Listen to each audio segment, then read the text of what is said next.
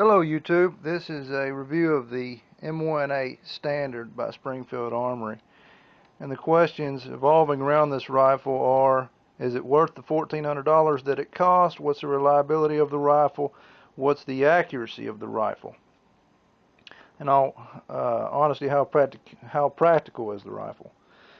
Well, in all honesty, if you can afford an LRB or a Fulton Armory or a 7.62 Firearms mil-spec M1a, which is going to run you about $2,700 for a baseline M1a from them, you're better off with them. They have all forged mil-spec GI parts in them.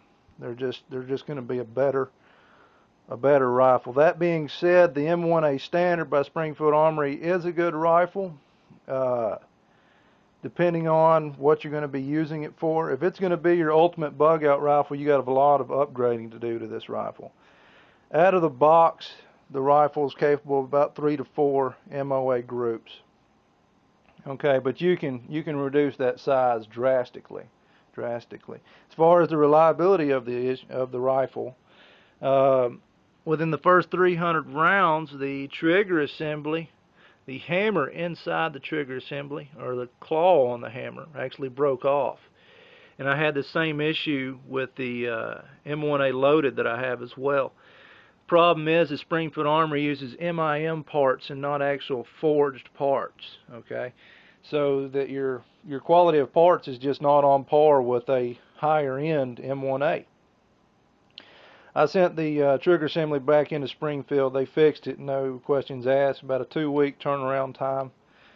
But then I ordered a mil-spec forged hammer to try to resolve the problem myself, only to find out that the entire trigger assembly is out of spec. It is not a mil-spec trigger assembly, so really I have to order an entire mil-spec trigger assembly to fix that issue, which they currently sell those at 7.62 Arms that are mil-spec forged brand new trigger assemblies, I think for $195 or $200, and they make excellent products. Their stuff's not going to break on you. As far as increasing the accuracy of the rifle, well, you can obviously add a scope, but let me show you what I've done to this one. Cost effective wise, I have taken it and added a Sadlac National Match guide rod, a chrome silicon spring, gone up here to the gas system. Okay, you want to shim the gas cylinder. Okay, there's videos on how to shim this gas cylinder on YouTube, but by simply shimming that, you increase the harmonics of the barrel. The accuracy is increased drastically. Added a Brownell's National Match piston in the gas cylinder. Added a Smith Industries Vortex flash suppressor. Okay, and that doesn't affect the accuracy as much as just it gets rid of any muzzle flash. Now, as far as setting up a scope on your M1a, now cheek riser, there's a few different cheek risers out there. This one is a Desert Warrior Products. Okay, it's a very good cheek riser, but it's kind of heavy, as you see the giant metal nuts there. The scope mount here is a Sadlac scope mount. This is the aluminum scope mount.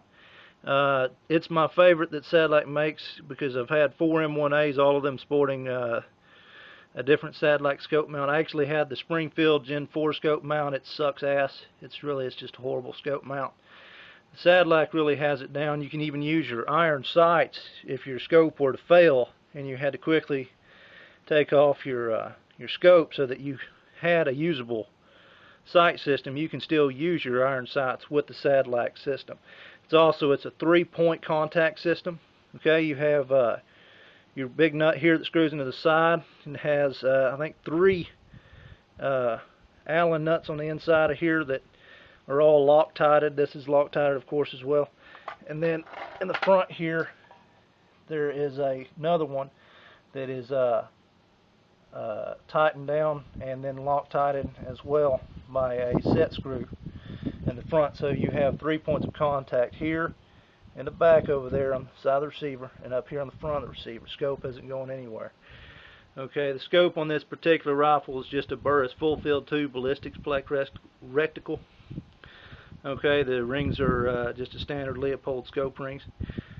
This rifle currently with quality ammo will shoot the American Eagle into 1.5 inch groups. Okay, the Federal Gold Match, it shoots about a 1 inch group, and the PPU 147.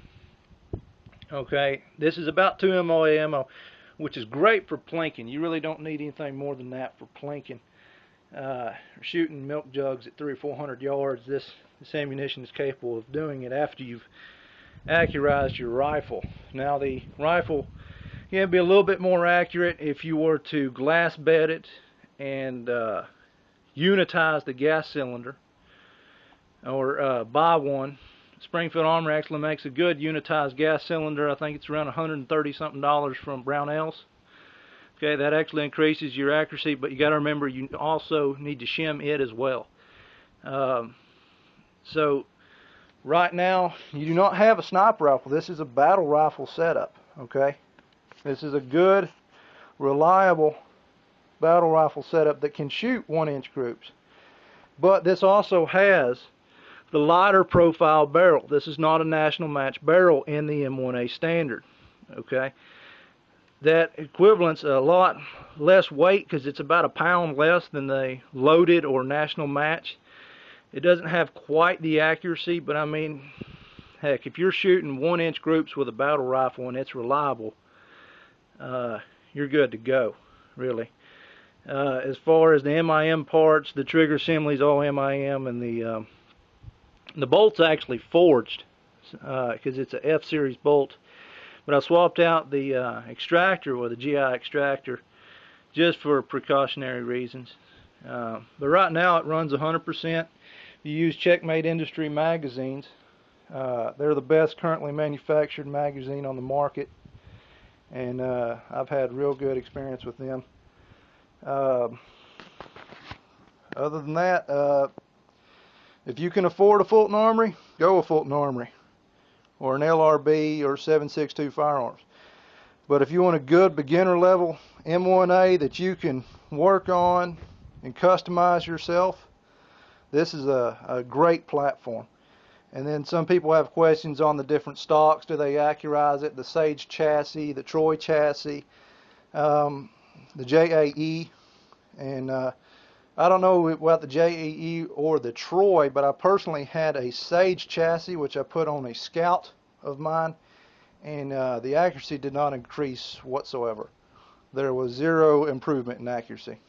Okay, but in my experience with the M1As, if it's already shooting a 1 to 1.5 inch group, you're picking peas there. I mean, it's fully capable of doing whatever you want it to do. This is not a sniper rifle. It's not a 1,000-yard headshot rifle. It's a battle rifle. It's a center mass target rifle out to 800 yards. You know, and the iron sights are great, but when you really want to reach out there, you want magnification. And with this current setup, this provides the ability to reach out there. Okay, Nut and Fancy also does a great review on the M1A, but he doesn't go into detail on how to customize them or increase the accuracy of them. He just kind of goes with the flow of what the accuracy is out of the box, which is great. But I mean, you can, just by adding a few things, you can increase the accuracy quite a bit yourself. You don't have to be a gunsmith to mess with the gas cylinder. You just need the you will need the castle nut pliers to swap this out, though, which you'll have to do to shim the gas cylinder. Other than that, I mean, an 1/8 inch wrench and you're good. Installing the scope mount is fairly simple.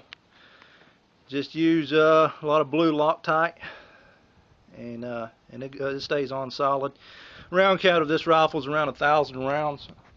I have not had the issue of the hammer failing again, but I do plan on swapping out the entire trigger assembly down the road. But it's a good beginner M1A, and that's my review of the M1A Standard. Thank you for watching. Bye.